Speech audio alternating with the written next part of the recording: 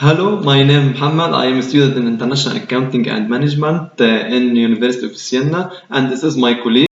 Hello, my name is Firas and I'm a student of International Accounting and Management in the University of Siena. We decided to participate between different webinars during the Eumol Winter School of 2020, organized by Jean Monnet Chair in EU Money Law at the University of Siena.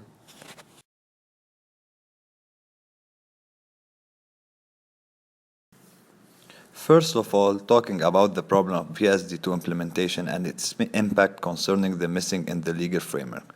Professor Ivana, who is the only panelist working for the National Contract Authority for the implementation of the PSD2, claimed that Croatia has implemented PSD1, so presumably the impact to PSD2 and its legal framework is similar to the one in the other member states. In the Croatian national legislation, post-Giro offices are not considered as PSPs. On the other hand, there is possibility to implement provisions of the PSD2 to exempt credit institutions under the Capital Requirement Directive. Moreover, strong customer authentication in PSD2 deals with right and obligation, and that had probably been the biggest game changer for the Croatian market, which increased the level of security in payments, also minimized the number of payments. Moving to Finland, Professor Yuri told us that PS2 implementation is quite similar to Sweden and Norway, where in Finland markets are small, few people with a large space and distance, so it might help the development of electronic payments. In Croatia, for example, you can find that the Finnish market is eccentric. Also, cash circulation is very low, one of the lowest in Europe. Also, Finland met with Croatia on the legal framework of PSD2 it is based on strong customer authentication, as was mentioned before. The same apply on Estonia, where Professor Nikita explained how and why Estonia is similar to Croatia and Finland in the PSD2 implementation process and its legal framework, where it's a small retail market with only one e-money institution, which took license 1 year ago. And also the payment sector is very small, while the average of payment has been decreasing, unlike the payment transaction. In terms of PSD2 implementation, according to the data, all credit institutions operating in Estonia have heavily complied with the directive and with regard to the COVID-19 pandemic. At the end of this discussion, me and my colleague decided to ask Professor Ivana about the recent incoming of open banking, how the traditional actors should adapt their business model to keep their competitive advantage. And she responded that Croatian banks have actually joined forces which done it together. And this approach is followed by coordination of Croatian Association of Banks. And the action taken are more or less coordinated. Professor Ivana believes also that they are taking this approach into consideration when it can be achieved on voluntary basis.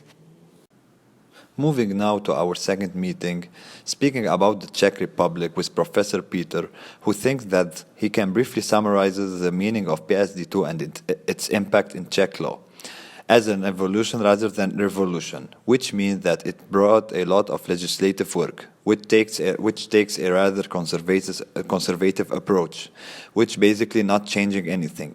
Now referring to the regulatory technical standards, one of them is the new understanding of the secure customer authentication. On the other hand, and from a different approach, Professor Martin, as regard of the implementation of PSD2 in Austria, it's unlike the Czech Republic. There was no comprehensive act or work in implementation through directive, and Professor Martin guesses that this background directive has a very big difference from the Austrian method and its interests.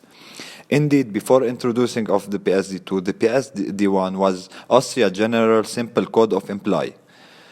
Now, regarding to the implementation technique, the Ledge has decided not to cooperate with the PSD1 for existence national acts that contain private law issues and supervisory regulatory issues. The same was done with the PSD2. Nevertheless, several different acts had to be amended in the core of the implementation in the Austrian legal system. Finally, it is obvious that both countries' PSPs adapt for novelty, also called bank slides. Now heading to our last meeting, my friend Muhammad will take the floor to discuss more about the PSD2 implementation and its legal framework with our final panelists coming from Greece, Spain, and the United Kingdom. Generally speaking, we are agreed that the directives of PSD2 is very important for three key aspects: the development, innovation, and establishing the principle of neutrality, which can allow the payment environment system to develop new structures and new ideas in terms of payment system, and then the competition aspect. Another aspect which is important inside the PSD2 between banks, actually to protect the consumer that is the final user and provide security in the access of accounts or even while sharing information.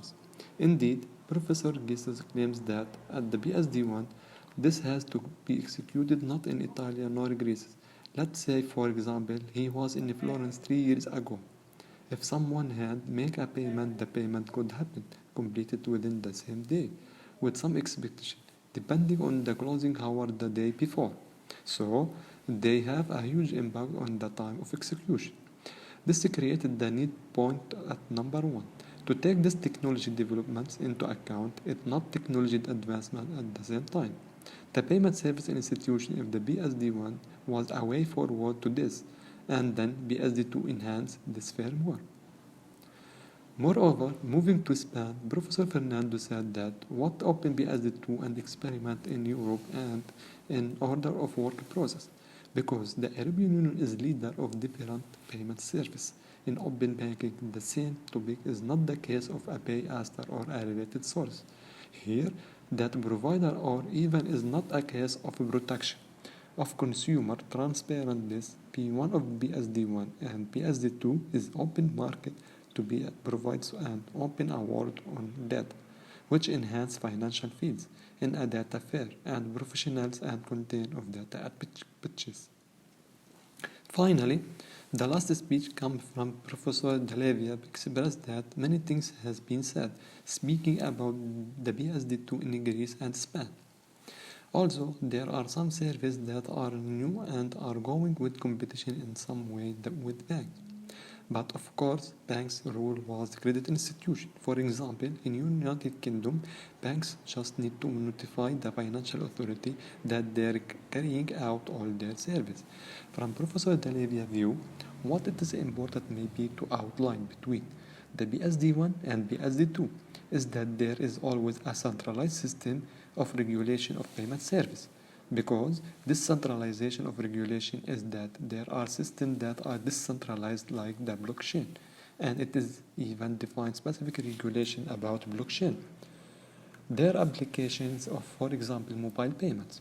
So it is something that can raise some issues, especially in this COVID-19 pandemic where the cash in some way will be forgotten at some point and where we will find always more need to pay in a very fast way.